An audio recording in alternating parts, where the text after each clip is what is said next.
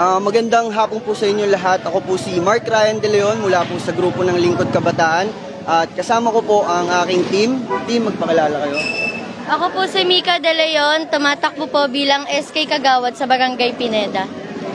Ako po si Jean Reynes Casela, tumatakbo bilang SK Kagawad ng Barangay Pineda. Ako po si Rashid Dumpi, tumatakbo bilang SK Kagawad ng Pineda. From Lingkod Kabataan po, Jericho Bialteria from Brook 4, Pineda. Ako naman po si Edward Daro, tumatakbo bilang SK Kagawad ng Barangay Pineda.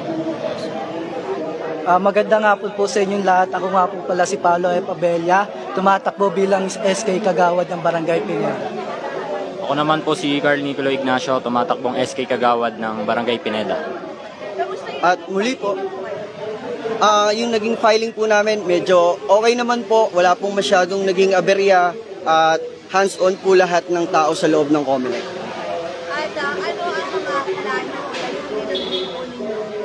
Yung mga plano po namin, kung sakasakali po, unang-una gusto namin tutukan po is yung larangan po ng edukasyon. Sa larangan po ng edukasyon, pinakasimpleng unang gusto namin gawin is magbigay ng libreng tutoring program po para sa mga bata.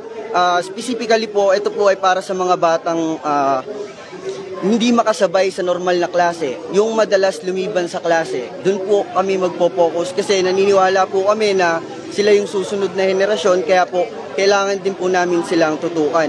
At bukod pa rin po doon, balak din po namin palawakin pa yung mga serbisyong ibinibigay sa larangan ng edukasyon. Pangalawa po, ang gusto po namin gamitin din is yung pangkabuhayan po. Sa pangkabuhayan po, ang gusto po namin mangyari dyan is magtayo po ng isang programa kung saan po ang target nito ay ang mga solo parent, single mom at mga pamilya na buo naman po na kabataan po ito specifically na nahihirapan din po sa buhay. Sila po yung bibigyan natin ng pagkakataon para makapagnegosyo. Pero para sa amin po, sa team ko, hindi po sapat na bibigyan lang natin sila ng pampuhunan. Ang gusto po natin ay mabigyan din sila ng kaalaman tungkol sa pagnenegosyo. Gaya po ng tawag dito, unang-una, gaya po ng pamumuhunan. Kailangan may kaalaman po sila sa pamumuhunan at kung sino po yung mga magiging target nila. At syempre po, pinaka-importante yung sustainability ng isang negosyo. Dapat po ito ay tuloy-tuloy. Pangatlo po, siguro po maglalaan din kami ng mga programa para sa mga out-of-school youth naman po. Sa mga out-of-school youth po, ang pinaka-plano po namin dyan, unang-una, syempre po is hikayatin sila na magbalik di eskwela. Pero syempre po, since mga kabataan po ito, meron na po diyang nagkakaroon na ng isip, hindi na po interesado mag-aral ng mga academic o kung ano man po. Plano po namin dyan, this time is, ang pag-aaralan naman po nila is skills para po mapakinabangan nila pagkatapos. So, nakikita po namin na magiging interesado ang mga kabataan pagka po ganun ang ginawa namin. Pagka skills po, andyan naman po ang mga sangay ng gobyerno para maging katuwang natin tulad po ng TESDA at ng alternative learning system. Yun po yung unang tatlong gusto namin gawin po para sa mga kabataan ng Barangay Pineda. Message mo na sa inyong mga kapwa kabataan ng Barangay Pineda. Sa mga kapwa kabataan ng Barangay Pineda, ang masasabi lang po ng aming team is, unang-una po, sana po bumoto po tayo ng tama.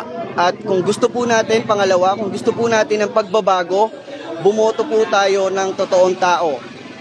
Pangatlo po, at gusto na rin po natin magbago, iboto po natin yung taong ipapanalo tayo. Yun po. At huling-huli rin po, bago tayo magtapos, gusto ko lang din po linawin sa lahat na ang pagkakaisa, ang importante sa kabila ng pagkakaiba po.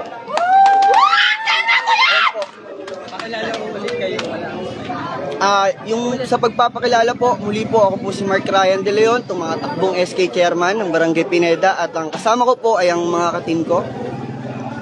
Ako po si Mika Clarissa De Leon na tumatakbo bilang SK Kagawad sa Barangay Pineda. Ako po si Jean Reynes Casela, tumatakbo bilang SK Kagawad ng Barangay Pineda. Ako po si Rashid Dumpi, tumatakbo bilang SK Kagawad ng Pineda. Ako po ulit si Jericho Bialteria from Lingkod Kabataan, tumatakbong SK Kagawad ng Pineda. Ako naman po si Edward Daro, lang Lingkod Kabataan, tinatakbo po SK Kagawad ng Pineda. Ako nga po pala si Paolo Abella, tumatakbo bilang SK Kagawad. Ako naman po si Carl Niculo Ignacio, tumatakbong SK Kagawad ng Barangay Pineda. May Facebook page kayo. Meron po kaming Facebook page, maaari nyo po kami subaybayan. Just type lang po sa Facebook, Lingkod Kabataan ng Pineda. Ayan, maraming salamat. Maraming salamat din po. At magandang hapon po sa inyo.